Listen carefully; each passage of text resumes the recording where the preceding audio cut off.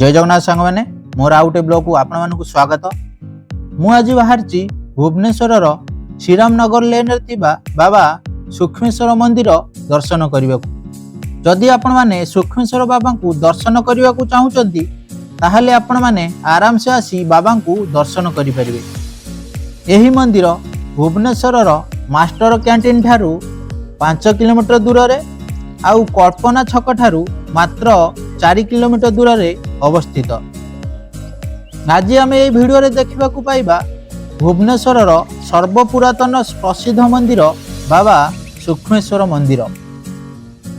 चलतु आज बुली देखा सूक्ष्मेश्वर मंदिर आउ ता सांगरे जोड़ा थिबा किछि ऐतिहासिक कहानी आउ तथ्य जानिबा। भिडियोटी को आपण माने आरंभ रु शेष जाय देखिबे। आपण मानकु केमिति लागिला मोर भिडियो कमेंट करी निश्चिंत जणैबे। आउ जदि मो भिडियोटी आपण मानकु भल लागिला ताहेले मो चैनल सब्सक्राइब करने को जमारू भूलिबे। यही सूक्ष्मेश्वर मंदिर भुवनेश्वर एयरपोर्ट ठारू 6 किलोमीटर दूर रे आउ बाबा कपिलेश्वर मंदिर ठारू मात्र 1 किलोमीटर दूर रे अवस्थित। जदि आपण माने बाबा कपिलेश्वर को दर्शन करने को चाहूँगी ताहले मु डिस्क्रिप्शन लिंक दे देछि, आपण माने सेठी क्लिक करी देखि परिबे। मंदिर भीतर को जिबा पूर्वरु चलो आमे बुली देखिबा मंदिर चारि पाखरे थिबा दृश्य जहा बहुत मनलोभा हेछि। सूक्ष्मेश्वर मंदिर। सूक्ष्मेश्वर मंदिर हेउछि ओडिशार भुवनेश्वर प्राचीन मंदिर मध्यरु गोटिए। एही मंदिर भुवनेश्वर पुराना सहर अंचल रे थिबा खूब कम जनाशुना किंतु ऐतिहासिक भाव में गुरुत्वपूर्ण हिंदू मंदिर। ऐतिहासिक मतरे ख्रीष्टाब्द 16 शताब्दी मंदिर बोली विश्वास करा जाए।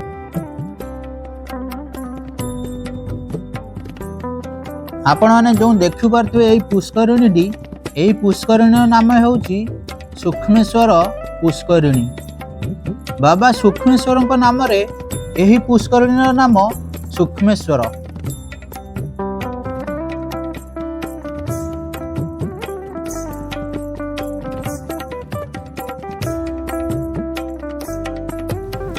एही मंदिर रे मां वन दुर्गा भी पूजा पाउचंती।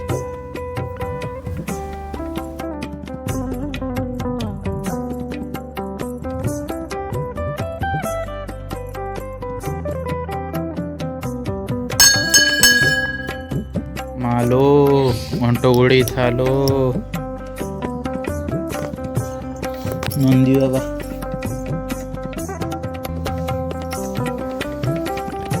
ये देखो बाबा गणेश को मूर्ति, विभिन्न नवग्रह को मूर्ति। देखो बहुत पुरातन जुगर मंदिर। एबे किंतु सब पहड़ पड़ी जीवा एबे मंदिर रे कौन कौन सब देखो ये सब मूर्ति मान सब रखाई। गणेश मूर्ति ये देखु दधि नौती एटा मंदिर दधि नौती। आपण माने देखि पारथबे आपनक सामना रे जो घरटा देखुचंती एई घरटा होची बाबांकर रोषेईशाला। एई घरे बाबांक पई प्रसाद तैयारी करा जाय।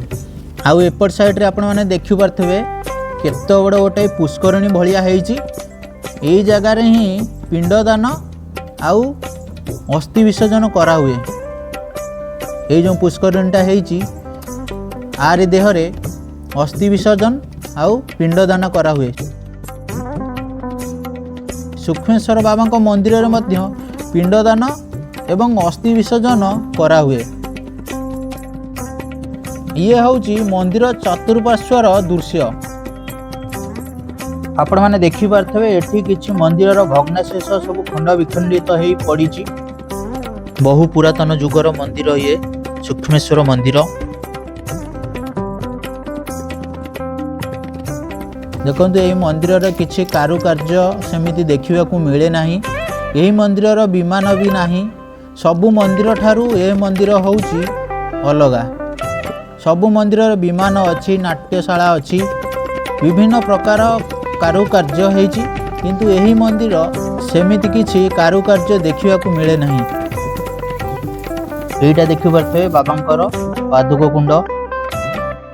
ଏହି ମନ୍ଦିରରେ ସବୁଠାରୁ ପବିତ୍ର ପର୍ବ ମହାଶିବରାତ୍ରି ଜାଗର ମହା ଆଡମ୍ବରରେ ପାଳିତ ହୁଏ। ଏବେ ଯିବା ବାବାଙ୍କୁ ଦର୍ଶନ କରିବା। ଆପଣମାନେ ଦେଖିପାରୁଥିବେ ଦୁଇଟି ନନ୍ଦୀ ବାବାଙ୍କ ମୂର୍ତ୍ତି। ସବୁ ମନ୍ଦିର ଅପେକ୍ଷା ସୂକ୍ଷ୍ମେଶ୍ୱର ମନ୍ଦିର ହେଉଛି ଏମିତି ଏକ ମନ୍ଦିର ଯେଉଁ ମନ୍ଦିର କି ଦୁଇଟି ନନ୍ଦୀ ବାବାଙ୍କ ମୂର୍ତ୍ତି ଦେଖିବାକୁ ମିଳେ। ଆପଣମାନେ ଦେଖିଥିବେ ସବୁ ମନ୍ଦିରରେ ଗୋଟେ ନନ୍ଦୀ ବାବାଙ୍କ ମୂର୍ତ୍ତି ଥିବା ବେଳେ ସୂକ୍ଷ୍ମେଶ୍ୱର ମନ୍ଦିର ଏମିତି ଏକ ମନ୍ଦିର ହେଉଛି ଯେଉଁ ମନ୍ଦିରରେ ଦୁଇଟି ନନ୍ଦୀ ବାବାଙ୍କ ମୂର୍ତ୍ତି ଦେଖିବାକୁ ମିଳେ। ଏବେ ମନ୍ଦିରର ପହଡ଼ ପଡ଼ିଛି। ମୁଁ ଆପଣମାନଙ୍କୁ ଜୁମ୍ କରି ବାବାଙ୍କର ଦର୍ଶନ କରାଉଛି। ଇଏ ହେଉଛନ୍ତି ବାବା ସୂକ୍ଷ୍ମେଶ୍ୱର ଦେବ, ଯିଏକି ଶିବ ରୂପରେ ପୂଜା ପାଉଛନ୍ତି ସୂକ୍ଷ୍ମେଶ୍ୱର ମନ୍ଦିରରେ। ହର ହର ମହାଦେବ, ଜୟ ଶିବ ଶମ୍ଭୁ।